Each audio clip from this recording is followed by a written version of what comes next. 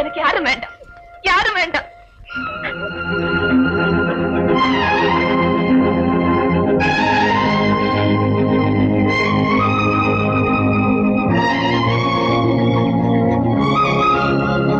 இந்தப்பா வண்டி, போலாமா? தனியா வந்தா ஏத்த மாட்டான், ஜோடியா வாங்க.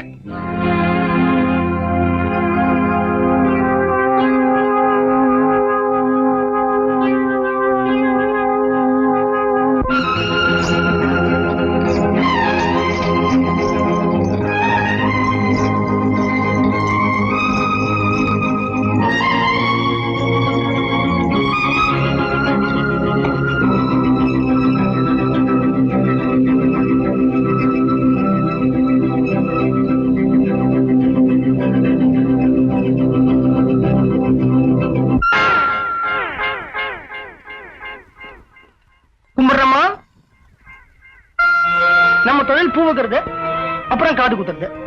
இது நித்திய கல்யாண பெருமாள் கோயில். பெருமாள் தினம் கல்யாணம் பண்ணிக்கிறாரா. கோயிலுக்கு வந்துக்கிறீங்களா? பூ வாங்கிறது முழு 50 லட்சம் ரூபாய் இல்ல, 50 பைசா தான்.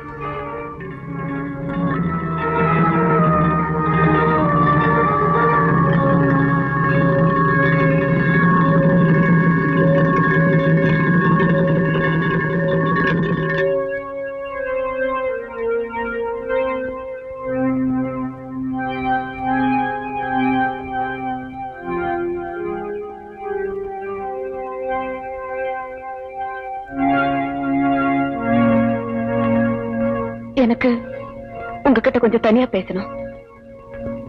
இந்த ஊருக்கு வெளியே ஒரு ஏரிக்கரை இருக்கு. சாயந்தரம் 4 மணிக்கு கொஞ்சம் அங்க வர முடியுமா? என்னங்க இப்படி சொல்றீங்க? உங்களுக்காக நான் எங்க வேணாலும் வர காத்துக்கிட்டு இருக்கேன். உங்க பாரத்தை சுமக்க தயாரா இருக்கேன். ஏரிக்கரைக்கு வாங்க. அங்க நீங்க என் பாரத்தை சுமக்கலாம்.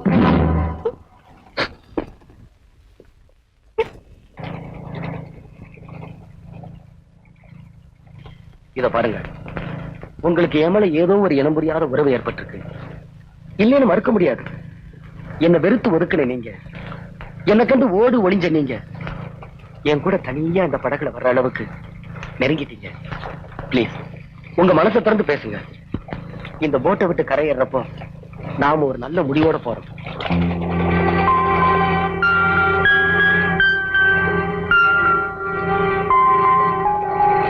தாலி கட்டின அந்த நிமிஷத்துல இருந்து உங்க புருஷன் சாகுற நிமிஷம் வரைக்கும் அவரை பத்தி மனசால ஒரு நொடியாவது நினைச்சிருப்போமே. இப்ப இவன் கூட எப்படி வாழ்க்கை நடத்துறன்னு நீங்க நினைச்சா, உங்க காலனிக்கு குடி வந்த நாள்ல இருந்து என்னைய வரைக்கும் உங்க கூட 1 கோடி வருஷம் மனசால வாழ்க்கை நடத்திருக்கேன். என்னை பத்தியும் கொஞ்சம் நினைச்சு பாருங்க.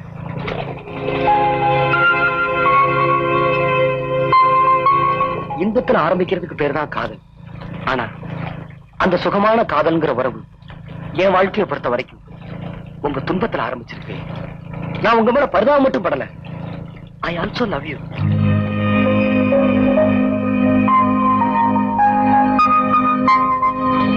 என் தம்பி தங்கச்சிகளை நல்லபடியா வளர்த்து கரையேற்றுறதுக்காகத்தான் இந்த உலகத்துல உயிர் வாழ்றேன்.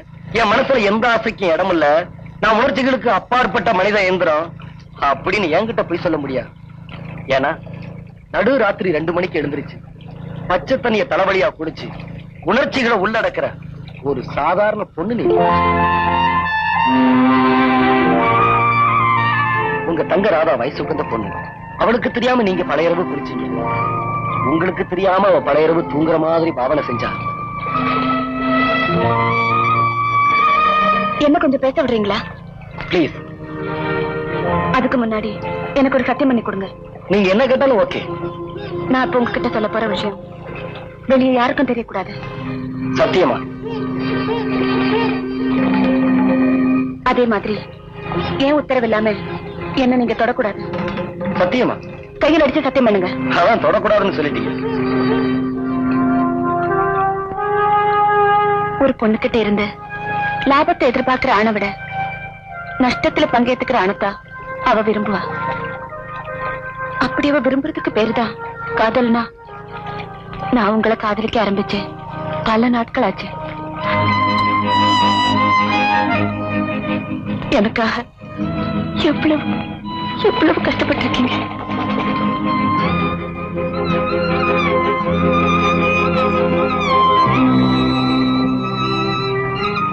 சொன்ன மாதிரி என் புருஷனோட நான் வாழ்ந்த காலம் ஒரு நொடிதான். ஆனா உங்களோட வாழ முடியலன்னு வருத்தப்படுற நேரம் பல கோடி. உங்களை நான் சந்திக்கிற வரைக்கும் உணர்ச்சிகளை உள்ளடக்கத்தான் நடுவு ராத்திரியில குளிச்சேன். ஆனா உங்களை சந்திச்சதுக்கு அப்புறம் ஆண்டவனே இவருக்காவது நிரந்தரமா ஒரு நல்ல மனைவி கொடுன்னு வேண்டிக்கிட்டு தான் சார் குளிச்சேன். என்ன நம்புங்க சார். கடவுள் எழுதின தீர்ப்ப மனுஷனால மாத்தவே முடியாது. நான் விதவை ஆகணும்னு அவன் தான் எழுதினா. இந்த ஏரியால விழுந்த தற்கொலை பண்ணிக்கணும்னு அவன் தான் எழுதினா. இல்ல என்ன தொட மாட்டேன்னு சத்தம் பண்ணிருக்கீங்க.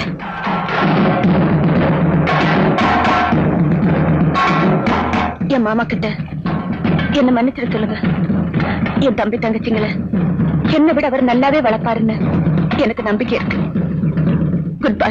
ஒரு நிமிஷம், நீங்க இந்த முடிவோட தான் வந்திருப்பீங்கன்னு எனக்கு நல்லா தெரியும். நானும் ஒரு முடிவோட தான் வந்திருக்கேன். உமாங்கிற பொண்ணதான் தொட மாட்டேன்னு சத்தியம் அல்ல தவிர அவ பொணத்தை தொட மாட்டேன் நான் சத்தியம் பண்ணல. யாரோ 4 பேர் தொட்டு தூக்க போறாங்க. நான் தொட்டா என்ன? ஒருவேளை நீங்க தற்கொலை பண்ணிக்கிட்டா உங்க பொணத்தை தொட்டு தூக்கி இந்த படகு என் மடியில போட்டு இந்த தாலியை உங்க கழுத்துல கட்டி இந்த பூவை உங்க தலையில வச்சு உங்களை சுமங்கலியா தான் வழி அனுப்புவேன். வாழ்வுல சுமங்கலியா இருக்கணுமா இல்ல சாவுல சுமங்கலியா போகணுமாங்கிறத நீங்களே முடிவு பண்ணிக்கங்க. இன்னொரு விஷயம், நான் கரைக்கு திரும்புவேன் மட்டும் சத்தியமா கனவு காணாதீங்க. உங்க பணத்தோட இதே ஏரியில விழுந்து நானும் தற்கொலை பண்ணிக்குவேன். இப்ப முடிவு உங்க கையில.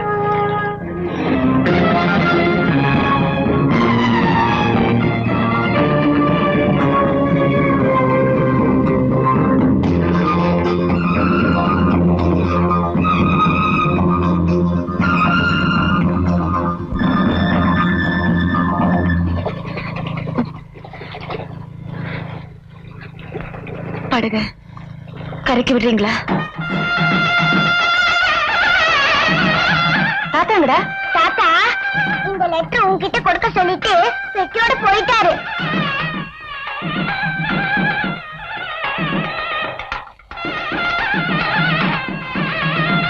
பெருமதிப்புக்குரிய உமா அவர்களுக்கு நான் வந்த வேலை முடிந்து விட்டது. இன்று காலை கோவிலுக்கு புறப்படும் முன் உங்களை தலைநிறைய பூவுடன் கண்ட பொழுதே நான் ஓய்வெடுத்துக் கொண்டு விட்டேன். கடந்த கால நிகழ்ச்சிகளை நீங்கள் அடியோடு மறந்துவிட வேண்டும் என்ற காரணத்தினால் மிஞ்சி இருக்கும் ஒரே கடந்த கால பிரதிநிதியான நானும் உங்கள் கண்களில் இருந்து மறைகிறேன். உங்கள் சொத்துக்களை உங்களிடமே ஒப்படைத்து விட்டேன். உங்களுக்கு பிறக்கும் குழந்தைக்கு தயவு செய்து என் பெயரையோ அல்லது என் மகன் பெயரையோ வைத்து விடாதீர்கள். ஏனென்றால் நாங்கள் துரதிருஷ்டசாலிகள்.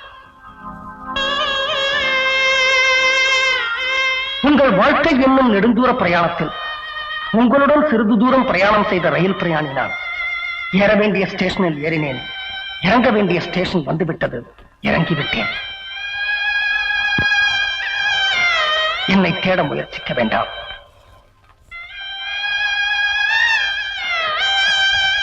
இனி வரும் வாசகங்கள் அந்த முற்போக்குவாதி விஜய் என்னும் வீரனுக்கு.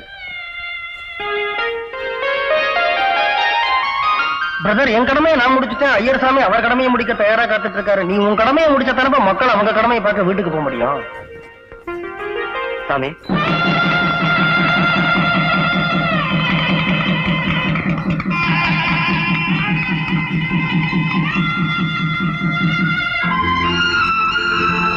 எவன் ஒருவன் ஒரு விதவை பெண்ணுக்கு மறுவாழ்வு கொடுக்கிறானோ அவனையே இந்த நாட்டின் சிறந்த குடிமகனாக கருதுவேன்.